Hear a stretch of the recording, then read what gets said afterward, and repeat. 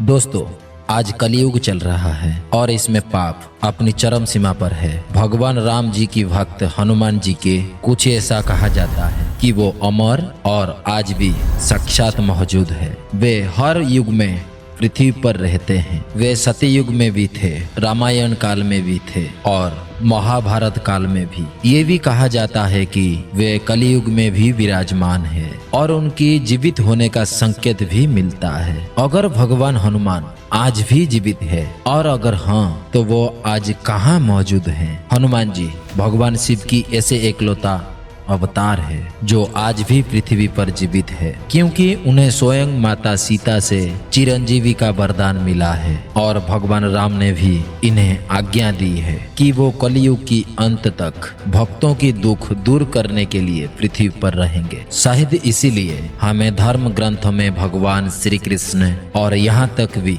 श्री राम की देह त्याग की कथा तक मिल जाती है, लेकिन कभी हम किसी धर्म ग्रंथों में भगवान श्री हनुमान की देह त्याग के बारे में नहीं सुना। आप भी सोच रहे होंगे अभी भगवान कहाँ है, हम कैसे दर्शन करेंगे? आज इस वीडियो के माध्यम से ऐसी कुछ चमत्कारी के बारे में हम बताएंगे। दोस्तों, आप देख रही हैं ओम भू यूट्यूब चैनल। वीडियो शुरू करने से पहले जरूर कमेंट में श्री बजरंगबली लिखें। भगवान हनुमान की शक्तियों की लीला अपरंपार है, जिनकी एक कदम पे इतनी ताकत है कि पृथ्वी की 7 समुद्र को पार कर दे। जिनका ज्ञान इतना ज्यादा है कि बड़े से बड़े देवता भी उनके सामने नतमस्तक है। जिनकी नाम में इतनी ताकत है कि केवल उनकी नाम की जप के मात्रे से कितनी बड़ी से बड़ी संकट दूर चल जाए। तो चलिए शुरू करते हैं और जानते हैं भगवान हनुमान के बारे में। नंबर 1, कहाँ रहते हैं हनुमान जी कलयुग में? भगवत पुराण में इस बात की जिक्र देखने मिलता है कि कलयुग में भगवान हनुमान कहाँ पर रहते हैं। भगवत पुराण की माने तो जब द्वापर युग बीतने के बाद कलयुग शुरू हो रही थी, तभी से एक पर्वत को हनुमान जी ने अपनी निवास स्थान निश्चित किया ताकि वो पृथ्वी पर मौजूद आगे की समय को भगवान श्री राम की नाम से लीन होकर बिता सके। कलयुग में मनुष्य की समय समय पर उनकी समस्या का निवारण भी कर सके। दोस्तों, अगर आप इस पर्वत का नाम जानना चाहते हैं तो भगवत पुराण के अनुसार इस पर्वत का नाम है गंधमार्दन पर्वत माना जाता है कि और आज की आधुनिक समय में गंधमार्दन पर्वत कैलाश पर्वत की उत्तर दिशा में मौजूद एक छोटा पर्वत है जो कहीं बड़ी चोटियों से घिरा है, जिसके कारण यहाँ जाना कठिन है। इसके अलावा यह पर्वत तिब्बत के क्षेत्र में आता है, जिसे 1962 की युद्ध में चीन द्वारा अपनी कंट्रोल में ले लिया गया था। यानी आज की समय आपको अगर इस पर्वत तक जाना है तो आपको चीन सरकार की इजाजत लेनी होगी, जो कि यह काफी मुश्किल है। इसके अलावा क्योंकि आज की समय यह पर्वत भारत और चीन सीमा के बिल्कुल बीच मौजूद है, इसीलिए भी उस तक जाना और भी ज्यादा मुश्किल हो जाता है। वैसे इस पर्वत के बारे में ऐसे एक कथा भी है कि यहाँ पर बहुत पुराने समय का श्री राम का मंदिर मौजूद है, जिसमें प्रभु हनुमान जी की दिव्य मूर्ति भी है। नंबर 2, भगवान हनुमान का जन्म। वैसे आज भी यह निश्चित नहीं हो पाया है कि भगवान हनुमान कब और कहाँ जन्मे हुए थे, लेकिन हमें अलग अलग धर्म ग्रंथों में कुछ अलग अलग समय और अलग अलग स्थान देखने को मिलता है।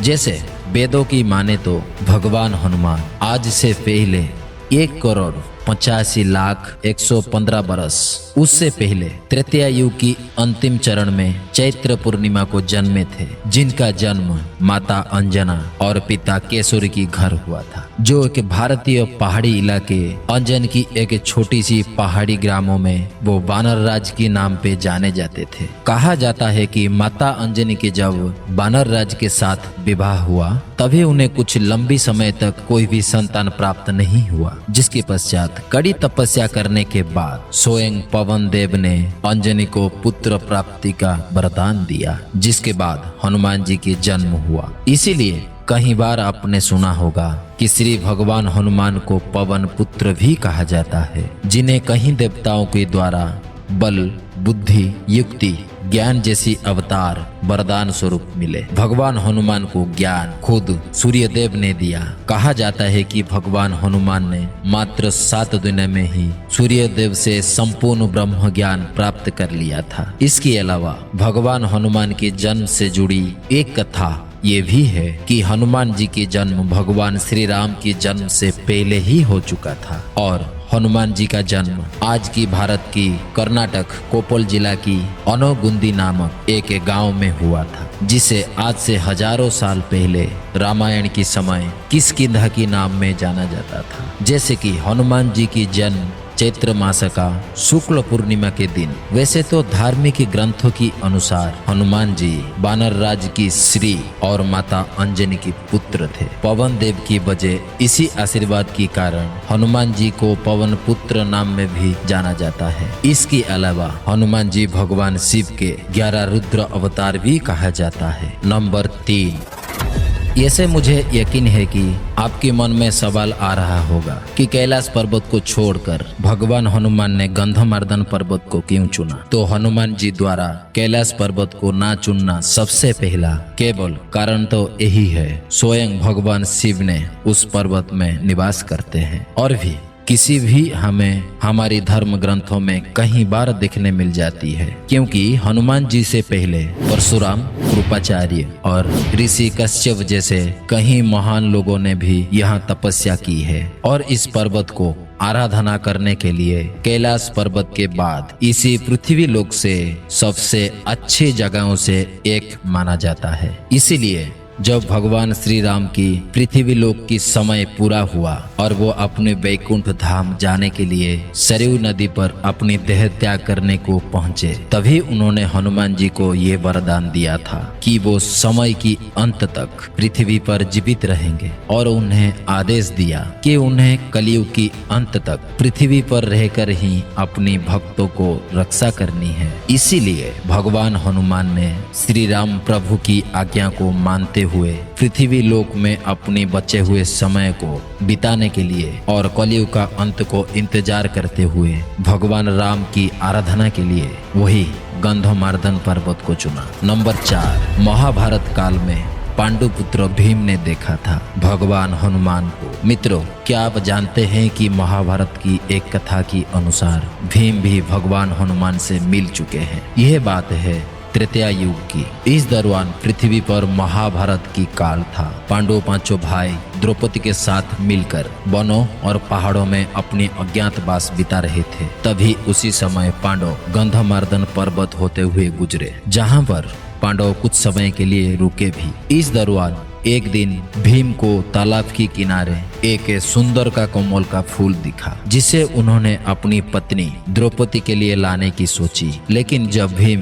तालाब की ओर जा रहे थे, तभी उन्हें रास्ते में एक बहुत बड़े बानर दिखाई दिया। भीम उनकी तेज को देखते हुए समझ गए कि यह स्वयं हनुमान है। हनुमान जी बिल्कुल तालाब के सामने लेटे थे और उनकी बड़ी सी पूंछ ने तालाब को लगभग चारों ओर से घेरा हुआ था। भीम हनुमान जी की पूंछ को लांघ कर नहीं जाना चाहते थे, इसीलिए उन्होंने हनुमान जी से आग्रह किया कि वो अपनी पूंछ को हटा ले। लेकिन उस दौरान भगवान हनुमान अपनी आराधना में लीन थे, इसीलिए उन्होंने भीम की बात को नहीं सुना। तभी फिर भीम ने दोबारा हनुमान को कहा कि मैंने यहाँ से फूल लिए बिना नहीं जाऊंगा, या मुझे आप भी मृत्यु दंड भी दे दीजिए। जब हनुमान जी ने यह बात सुनी, तभी हनुमान जी उन्हें कहा कि इसकी कोई जरूरत नहीं है, तुम मेरी पूंछ को हटाकर आगे बढ़ सकते हो। ऐसा भी भीम को अपनी शक्तियों पर हमेशा भरोसा था, इसीलिए उन्होंने सोचा कि भगवान हनुमान जी की पूंछ को हटाकर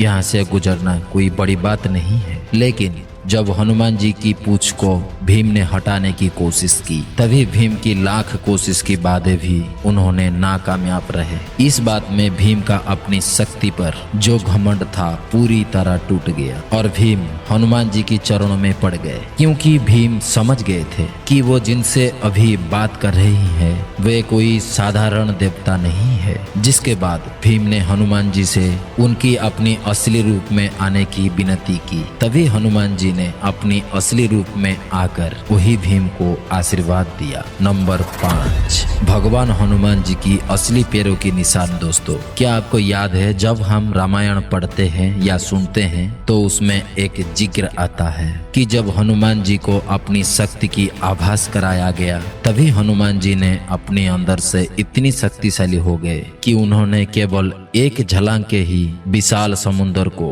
पार कर दिया। आज भी कहीं बुद्धिजीवी इस बात को हजम नहीं कर पाते हैं कि भगवान हनुमान जी ने इतने शक्तिशाली थे। वह इसे एक कहानी की तरह मानते हैं, लेकिन आप जानकर हैरान होंगे ये सभी सच है, जिसमें हमारे पास कहीं वैज्ञानिक सबूत भी है। जिसमें से एक सबूत ये है, जब रामायण की अनुसार माता सीता की खोज के लिए हनुमान ने समुद्र को लंघने के लिए छलांग लगाई, तभी उनका विशाल पांव सबसे पहले जिस जमीन पर पड़ा आज भी वहाँ कहीं मीटर की बड़ा पैर की निशान है, जो जगह आज आंध्र प्रदेश के अनंतपुर जिले में है, जहाँ जाकर आप भी हनुमान जी की पावन पद को दर्शन कर सकते हैं। नंबर 6, श्रीलंका में हर 41 साल के बाद दर्शन देते हैं। कहा जाता है कि जब रामायण काल अंत हुआ, जब भगवान श्री राम ने अपनी देह त्याग करके बैकुंठ धाम लौट गए, तभी काफी समय तक हनुमान श्रीलंका की जंगल में चले गए थे और वहाँ मतंग जनजाति की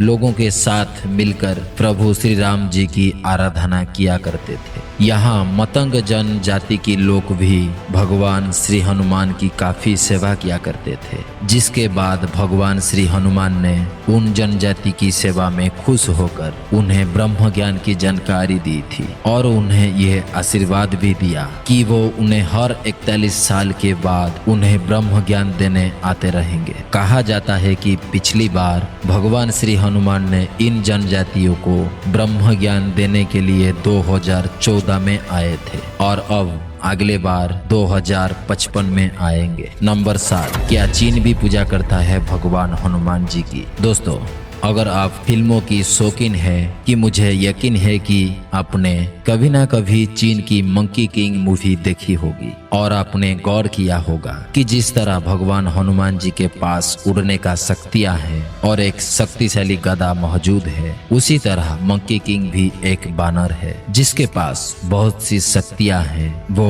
उड़ने का शक्ति भी है और उसका पास एक गदा भी है और ये कोई तुपाक नहीं है, बल्कि ज्यादातर इतिहासकारों का मानना है कि वो भगवान हनुमान जी ही है, जिसे चीन में मंकी किंग के नाम पे पूजे जाते हैं। इसके अलावा भी और कहीं भगवान जिसे चीन में अलग रूपों में पूजे जाते हैं। आज की इस वीडियो में बस इतना ही। मित्रों, आशा करता हूँ इस वीडियो के माध्यम से आपको कुछ जानकारी जरूर मिली होगी। ऐसे और कुछ आगे लेटेस्ट ज्ञानवर्धक जानकारी पाने के लिए इस चैनल को सब्सक्राइब जरूर करें, क्योंकि हर एक वीडियो सबसे पहले आपके पास पहुँचे। मित्रों, आपकी राय इस वीडियो की कमेंट के माध्यम से जरूर जनाएं। और हाँ मित्रों, कहीं गलत हुई तो क्षमा करना और वीडियो को जरूर लाइक करके जाना। फिर मिलते हैं अगले एक नई वीडियो के साथ। तब तक नमस्ते।